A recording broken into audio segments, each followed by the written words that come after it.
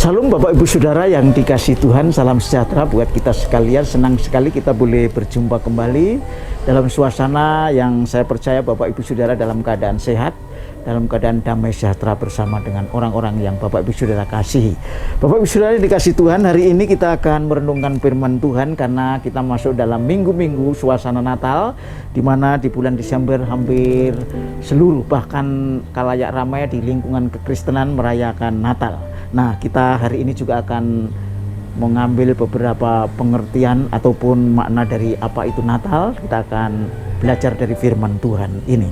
Bapak Ibu Saudara, kalau kita berbicara tentang Natal, maka kita merayakan hari satu hal yang besar bagi orang Kristen, yaitu hari kelahiran Sang Juru Selamat, Mesias yang dijanjikan beratus-ratus tahun sebelumnya kepada bangsa Yahudi dan juga termasuk kepada kita akhirnya.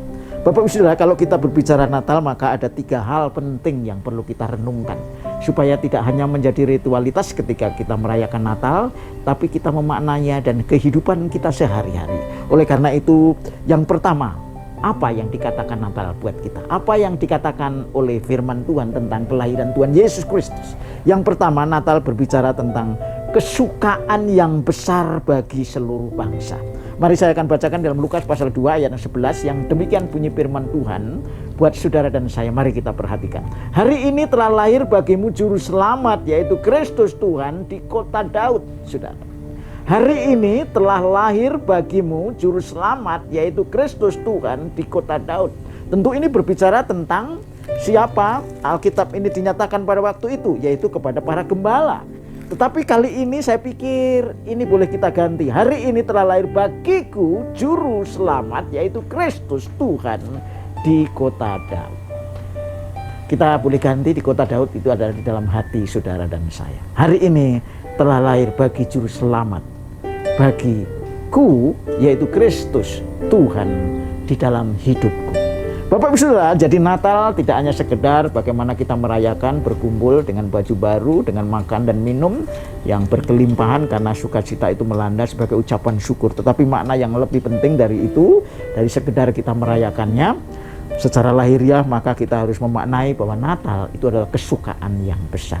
Kenapa dikatakan kesukaan yang besar? Karena Kristus Sang Juru Selamat yang dijanjikan ratusan tahun kepada orang-orang Yahudi dan juga kepada kita sekalian sudah lahir di kota Bethlehem. Sekalipun Bethlehem dinyatakan sebagai kota yang paling kecil di antara kota yang lain, tetapi Tuhan tidak pernah menganggap bahwa kota itu menjadi kecil hanya karena dunia yang mengatakan, tetapi menjadi kota yang hidup, karena dari sanalah akan muncul seorang pemimpin yang keberadaannya sejak purbakala, yaitu dia adalah Mesias. Dan itu kesukaan yang besar. Mengapa dikatakan kesukaan besar?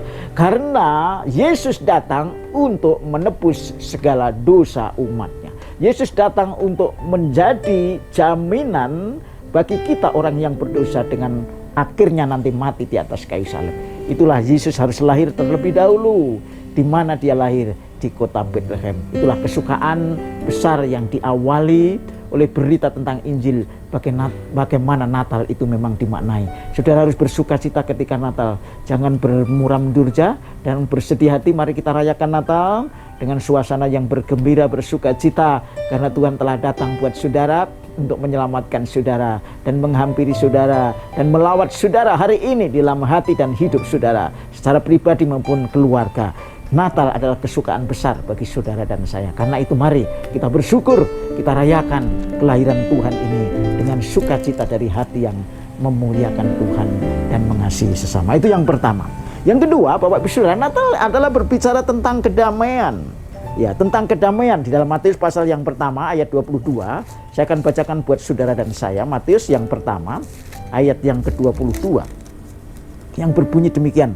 Hal itu terjadi supaya genaplah yang difirmankan Tuhan kepadanya, sesungguhnya anak darah itu akan mengandung dan melahirkan seorang anak laki-laki dan mereka akan menamakan dia Immanuel.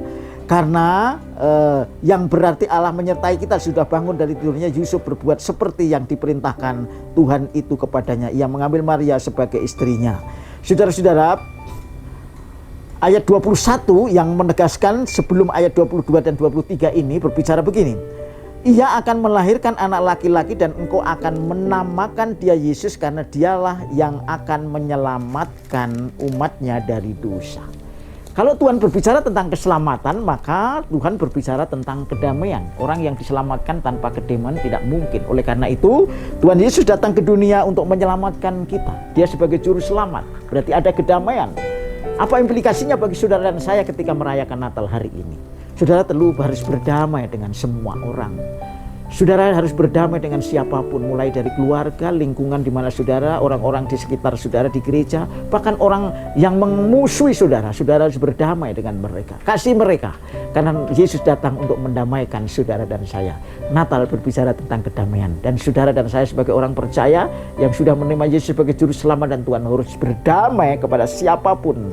Saudara bergaul dan bersahabat, berkomunitas, karena Tuhan memanggil kita untuk menjadi pendamai, karena Yesus telah mendamaikan saudara dan saya. Yang ketiga, yang terakhir, apa yang dikatakan Natal buat kita hari ini? Apa makna kelahiran Yesus? Bagaimana kita merayakannya dan memaknainya? Yang ketiga, Natal berbicara tentang kesederhanaan. Saudara-saudara, kalau kita baca di dalam Lukas pasal yang kedua, ayat yang ke-7, di sana dikatakan bagaimana Tuhan menyatakan pada waktu datang sebagai manusia, mewujudkan diri sebagai manusia yang sederhana sekali. Ayat yang ke-7 dari Lukas pasal 2, dan ia, saudara, ia melahirkan seorang anak laki-laki yaitu Maria, anaknya yang sulung, lalu dibungkusnya dengan lampin dan dibaringkannya di dalam palungan karena tidak ada tempat bagi mereka di rumah penginapan. Saudara, sekedar saya mengajak untuk berpikir dan merenungkan bagaimana Yesus lahir di tempat yang sesungguhnya bukan pada tempatnya yang wajar. Tidak ada tempat untuk menginap seorang ibu, yaitu Maria, untuk melahirkan anaknya yang sulung. Dia harus menginap di tempat yang tidak pada tempatnya secara wajar sebagai manusia, yaitu dia melahirkan anaknya di kandang domba. Ini berbicara tentang kesederhanaan. Saudara, oleh karena itu dia boleh menerima keadaan ini sekalipun Allah mengizinkan dia untuk melakukan hal itu. Natal berbicara tentang sederhana. Kesederhanaan itu kesahajaan, ketulusan, kerendahan hati. Karena itu dikatakan, mari sebagai orang Kristen, sebagai orang yang percaya yang sudah didamaikan, sebagai orang Kristen yang sudah menerima kesukaan yang besar, mari kita hidup dengan sederhana, yaitu apa adanya, supaya kita boleh menjadi berkat, bukan memuaskan diri dengan segala keinginan. Karena itu tiga hal penting bagi saudara dan saya, Bapak Ibu Saudara, bagaimana kita merayakan Natal hari-hari ini dan ke depan. Yang pertama, mari kita mempunyai kesukaan yang besar tidak pernah habis, karena dosa dan kesalahan saudara telah dihapuskan, karena Yesus datang untuk menebus dosa saudara. Yang kedua, mari kita selalu berdamai dengan siapapun kita bergaul, dari lingkungan kita yang paling dekat, keluarga, dan juga lingkungan yang lain yang lebih luas. Yang ketiga, mari kita hidup dalam kesederhanaan, kesehajaan, ketulusan, kesehajaan, kerendah hatian, supaya kita hidup menjadi berkat, karena kita menjadi orang-orang yang dipanggil untuk menjadi berkat dengan cara hidup yang sederhana. Kiranya firman Tuhan tentang Natal hari ini kita renungkan, kita rayakan sesuai dengan firman Tuhan. Tuhan Yesus memberkati kita sekalian. Shalom. Haleluya. Amin.